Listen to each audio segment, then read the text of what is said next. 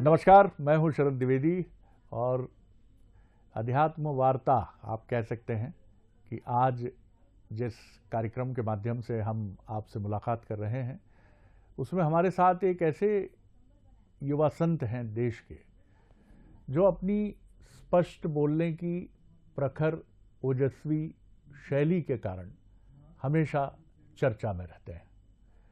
बहुत साफ है उनकी सोच। वो अध्यात्म को, वैसे तो वो माँ काली के उपासक हैं, लेकिन बहुत साफ सोचते हैं वो कि देश, सनातन, हिंदू, इनके इर्द गिर्द उनका पूरा चिंतन घूमता है और वो बिना किसी झिझक और बिना किसी हिचकिचाहट के ये मानते हैं कि हिंदू उत्थान ही भारत का उत्थान है, भारत आगे बढ़ सकता है। उनके कुछ कड़वे प्रवचन भी रहते हैं कि हिंदुओं को किन बातों को लेकर सतर्क रहना है, जागृत रहना है और अतीत की जो तथाकथित त्रुटियां, गलतियां, खामियां हैं उनसे कैसे सावधान रहना है। उनसे सहमत हुआ भी जा सकता है और कुछ समालोचक ये भी कह सकते हैं कि हम असहमत हैं और एक लोकतंत्र में ये अधिकार सभी को है, लेकिन वो अपनी बात पूरी दृढ़ता से कहते हैं, पूरी मजबूती से कहते हैं और कई बार जब हम उनसे मिलते हैं और उनको देखते हैं तो एक देवी के अनगढ़ उपासक की छवि भी उनके भीतर दिखती है, जो अपनी मौज में रहता है, जो अपने आनंद में रहता है। कई बार ऐसा लगता है कि जैसे वो अपनी सिद्धिदात्री को देख रहे हैं या देख कर आए हैं, क्योंकि जिस भाव में डूबकर वो जब भजन गाते हैं या आराधना करते हैं माँ की, तो आप हम सब ऐसा लगता है कि उस भाव में गहरे डुबकी लगाते हैं। तो आज हमारे साथ हैं कालीचरण महाराज जी, जिनसे हम समसामयिक विषयों पर भी बात करेंगे और कुछ ऐसे विषयों पर भी बात करेंगे जिन पर वो बहुत प्रखर होकर बोलते रहे। प्रणाम कर रहा हूँ महाराज जी, कैसे हैं आप? ओम काली, आनंद में हूँ। काली माँ की दया। आप कैसे हैं? मैं अच्छा हूँ, बहुत धन्यवाद। आज फिर अवसर मिला कि आपसे बातचीत हो रही है।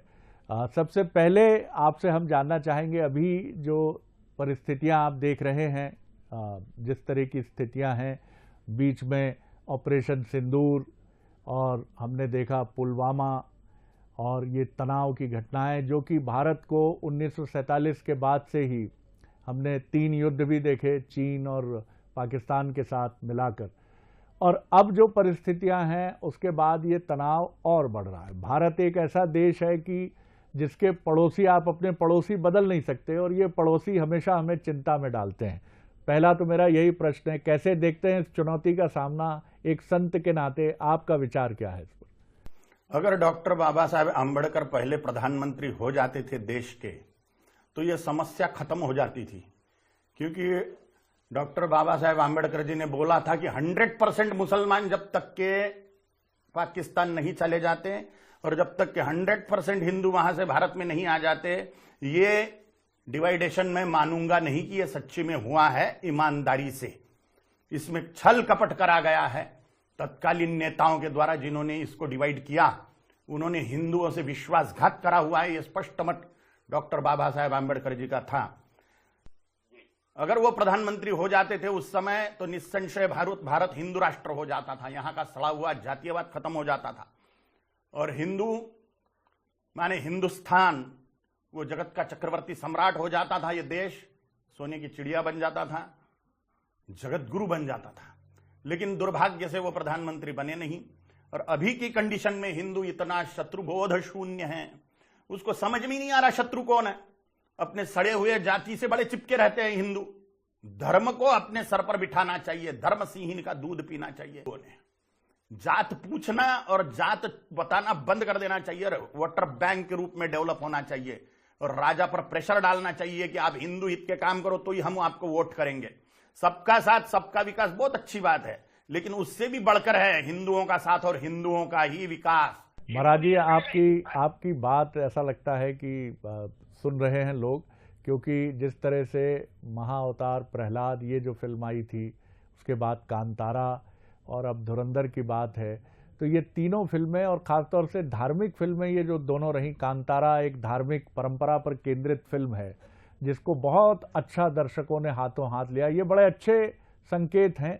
अभी छावा मूवी आई थी शरद जी, एक छावा मूवी आई थी, छत्रपति संभाजी महाराज पर थी वो।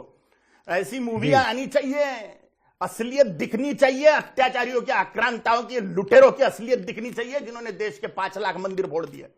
एक और मेरे मन में बात आती है, मैं जब भी आप जैसे धर्माचार्यों के साथ संवाद होता है तो मैं ये विनम्रता से ये प्रश्न उनके सामने रखता हूँ कि ऐसा कोई नियम तो मैं नहीं कहूँगा, लेकिन राजनीतिक दलों को ऐसा क्यों नहीं करना चाहिए कि उच्च सदन में, राज्यसभा में एक निश्चित संख्या में धर्माचार्यों को अवसर देना चाहिए, और क्योंकि उनकी बात, उनका विचार कम से कम राष्ट्र के सामने लोकसभा, राज्यसभा के माध्यम से पहुंचे। अगर कालीचरण जी को भी हम सुने उसमें, क्या आप सहमत है? धर्म राजनीति का संबंध, इस पर भी टिप्पणी दीजिएगा अपनी।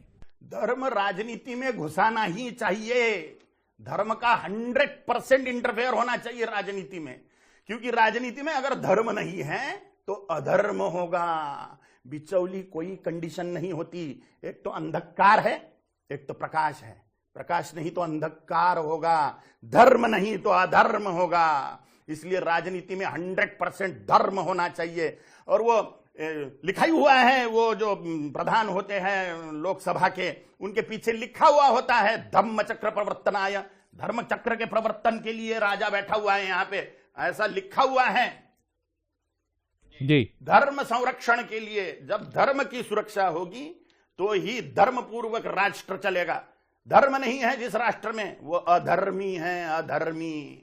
जी, अभी कुछ समय पहले एक कार्यक्रम में इंदौर में ही संघ प्रमुख मोहन भागवत जी ने एक किताब का उल्लेख किया था, गोल्डन रूट, और इस किताब में 2000 साल पहले के भारत के वैभव की गाथा एक विदेशी लेखक के माध्यम से, विलियम डेरेलम्पल जिनका नाम है, उनके माध्यम से बताई गई है। इससे ये भी पता चलता है कि एक समय एशिया में और विश्व के एक बड़े हिस्से में भारत का डंका बजता था और लोग हमसे बहुत गहराई से जुड़ना चाहते थे, लेकिन हमने धार्मिक प्रचार का कभी भी प्रयोजन नहीं अपनाया।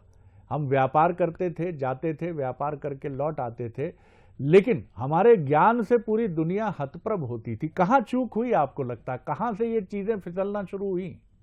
यहां से निकलना शुरू हुई कि पैदाइशी हिंदू है तो ये हिंदू है, जो हिंदुत्व को अंगीकारना चाहता है उसे भी हमें स्वीकारना चाहिए।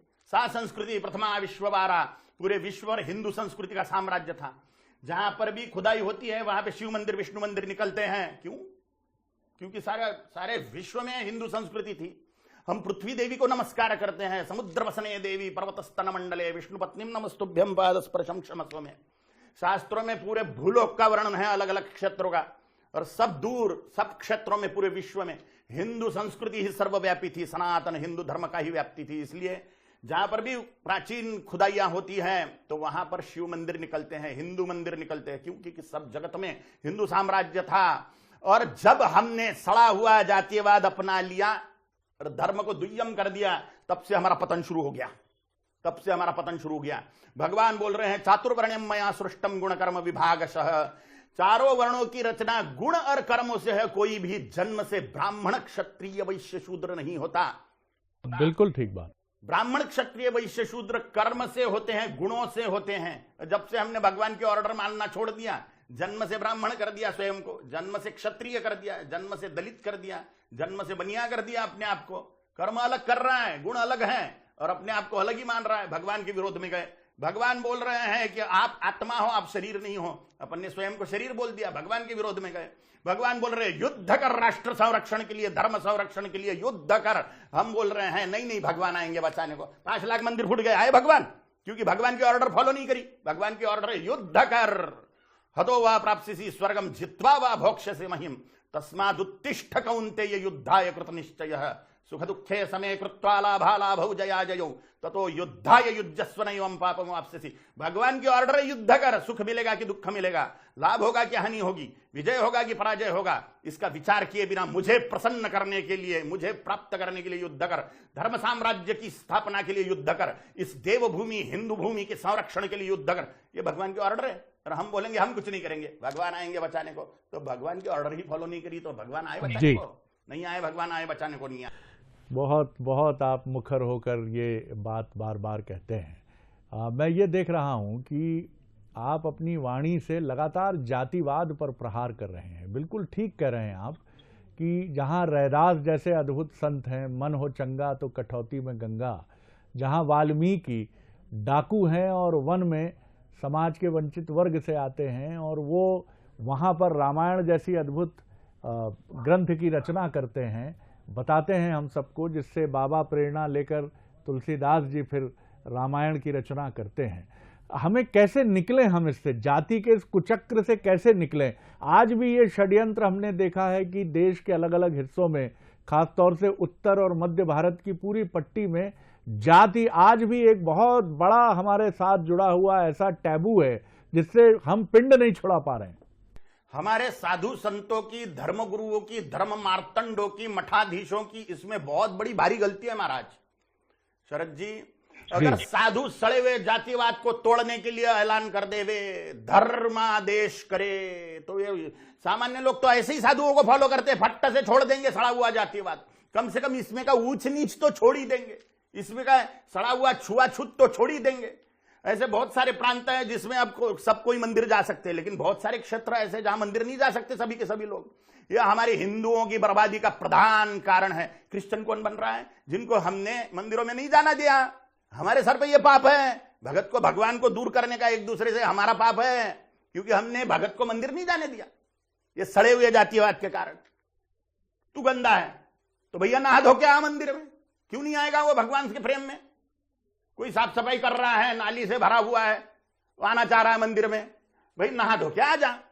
इतनी तो अकल सबको है भैया, कोई गंदा मंदिर में घुसता नहीं है, इतनी तो अकल सबको ही है।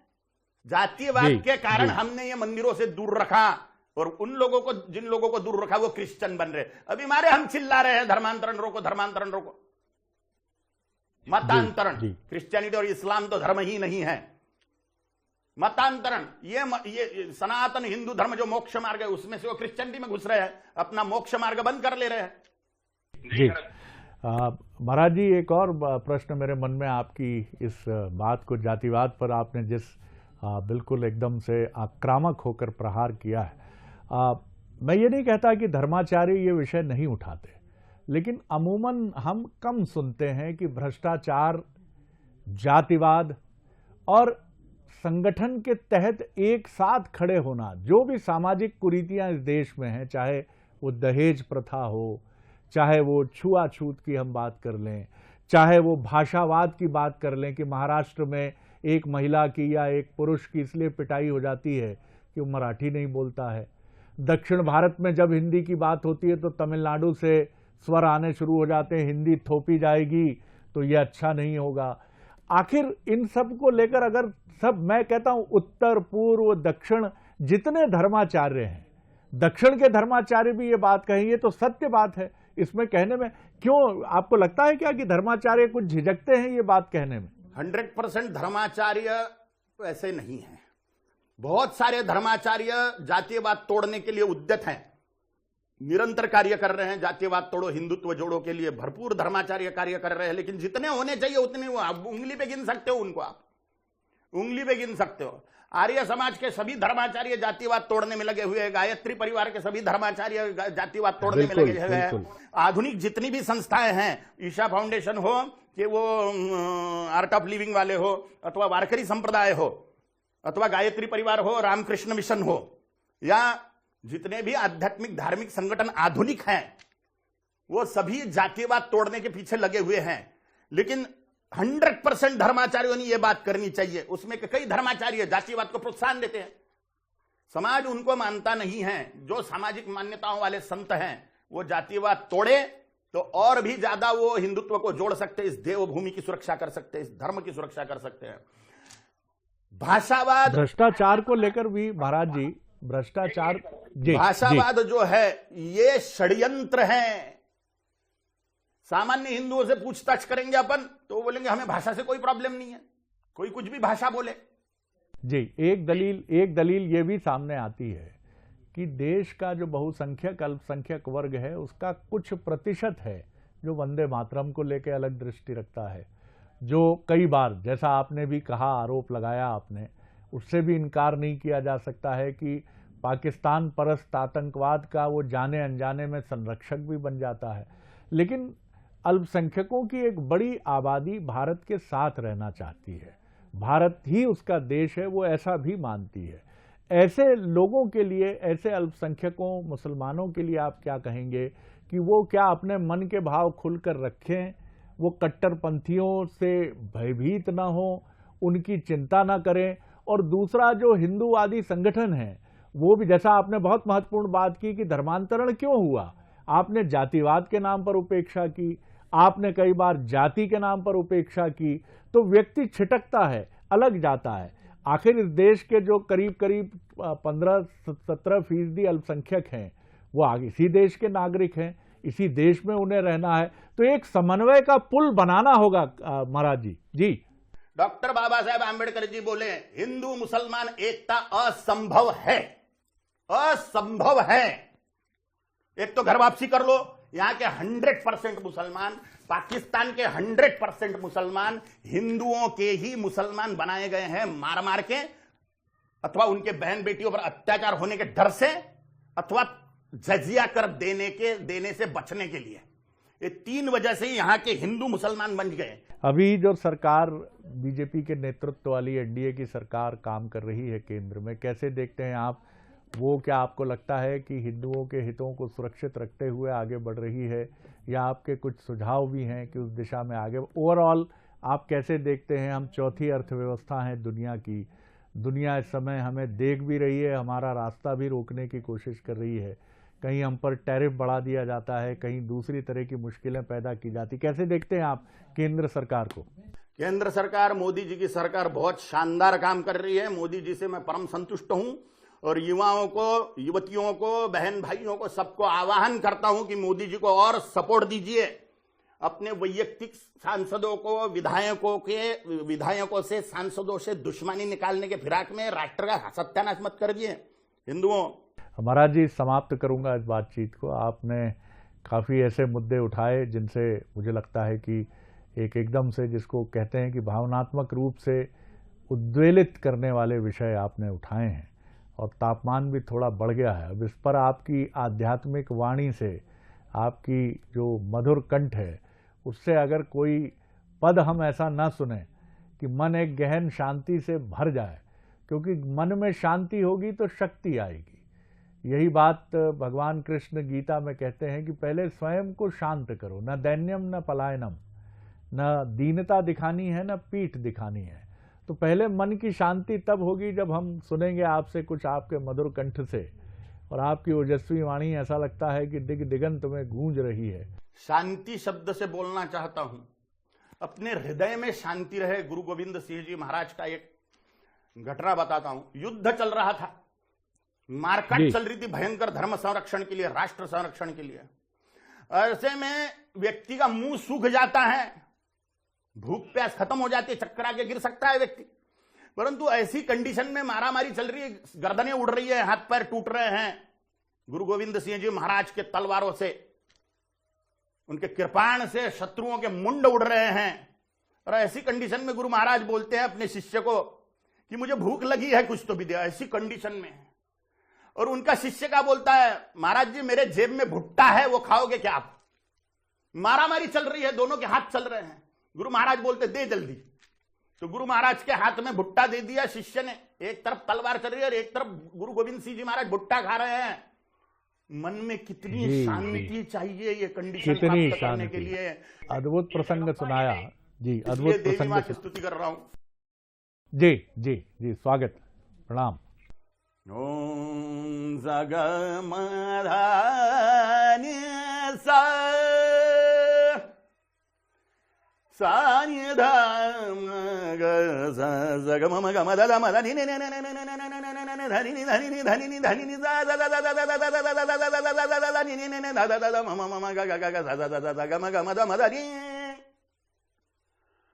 सा ग म ग म द म द नि नि नि नि नि नि नि नि नि धनि नि धनि नि धनि नि धनि नि दा दा दा दा दा दा दा दा दा दा दा दा नि नि दा दा नि नि दा दा नि नि दा दा नि नि दा दा ग ग दा नि नि दा दा ग ग दा नि नि दा दा दा नि दा नि दा म ग म ग सा ni ni za za ni ni za za ni ni za za ni ni za za da ni da da da ni da ma ma da ma ga ga ma ga za da ga ma ma ga ma da da da ma da ni ni da ni za गलद्रक्तमुंडावली कंठमाला महाघोर रावासुदंष्ट्राकराला विवस्त्रा श्मशानालया मुक्त केशे महाकालकामाकुला कालिकेयं महाकालकामाकुला कालिकेयं महाकालकामाकुला कालिकेयं भुजे वामयुग्मे शिरोसिं दधानाभरं दक्षयुग्मे भयं वै तथैव सुमध्यापि तुङ्गस्तनाभारनम्रालसद्रक्तसृक्कद्वया सुस्मितास्य शवद्वन्द्वकर्णावतंसा Sukeshi लसत्प्रेतपाणिं प्रयुक्तैककाञ्ची शवाकारमञ्चाधिरूढा शिवाभिश्चतुर्दिक्षु शब्दायमानाभिरेजे Dini zaza nini zaza nini zaza nini zaza nini da da da ni da ma ma da ma ga ga ma ga za za za ga ma ma ga ma da da da ma da ni ni dhani za जगन्मोहनीयं दुवाग्वादिनीयं सुहृत्पोषिणी शत्रु संहारणीयं वचस्तंभनीयं किमुच्चाटनीयं स्वरूपं त्वदीयं न विन्दन्ति देवा स्वरूपं त्वदीयं न विन्दन्ति देव स्वरूपं त्वदीयं न विन्दन्ति देवा Zaga mama maga mada da mada ni ni dhani zazza dhani zazza dhani zazza dhani zazza gaga zazza ni ni zazza gaga zazza ni ni galadraktamunda vali kanthamala महाघोर रावासुदंष्ट्राकराला विवस्त्रा श्मशानालया मुक्तकेशी महाकालकामाकुला कालिकेयं महाकालकामाकुला कालिकेयं महाकालकामाकुला कालिकेयं ओम काली ओम काली ओम काली ओम काली ओम काली ओम काली ओम काली ओम काली। अद्भुत अद्भुत अद्भुत। इति श्रीमच्छंकराचार्य कृतो श्रीकालिकाष्टकस्तोत्र महामंत्रपाठं श्रीकालिकागस्तीश्वरार्पणम् अस्तु। ओम काली। अद्भुत अद्भुत अद्भुत। ऐसा लगा आपको सुनते हुए कि जैसे माँ काली खप्पर लिए हुए सामने अपने स्नेहिल रूप में भी हैं और अपने विराट स्वरूप में भी हैं। सही गेस किया बार बार आपने, उनके सही गेस नेत्र किया। जी अपने रक्ताभ नेत्रों से वो देख रही हैं अपने प्रिय भक्त को और बार बार ये मंत्र भी दे रही हैं। मैं बेटा हूँ भक्त नहीं हूँ, मैं बेटा हूँ काली माँ। जी जी जी कि करुणा भी रख लेकिन समय आने पर मेरी तरह खप्पर भी उठा और तलवार भी अपने हाथ में ले और चमका बिजली की तरह इसको, और जो भी धर्म विरुद्ध हो धर्म संस्थापनाए आगे बढ़ और धर्म की स्थापना कर। तो ये थे हमारे साथ कालीचरण महाराज जी। उनकी वाणी में उग्रता है लेकिन ये उनके मन का भाव है, जो भाव है कि वो भारत जो कभी पूरी दुनिया में चक्रवर्ती सम्राट की तरह रहा है उसका वैभव कैसे लौटे। कई बार थोड़ा हम मिस्टेकन कर सकते हैं शायद, ऐसा लगता है कि वो किसी संप्रदाय के विरोध में, बिल्कुल नहीं है। उनकी सिर्फ एक ही अपेक्षा है कि भारत में रहिए, भारत के साथ रहिए, भारत की संस्कृति और भारत के रूप स्वरूप के साथ रहिए और इसके जो संस्कार हैं उनको समझिए, उनके साथ लड़ाई और संघर्ष में मत जाइए और समझिए देश के इतिहास को भी। बहुत धन्यवाद करता हूं, प्रणाम करता हूं गुरुवर आपको कि आपने इतना समय निकाला और इतनी ऊर्जा से एक बार फिर हमसे चर्चा की। बहुत बहुत धन्यवाद, बहुत अच्छा लगा आपसे पुनः एक बार। ओम काली, ओम काली। और इसी के साथ अब मैं अनुमति लेता हूं। नमस्कार।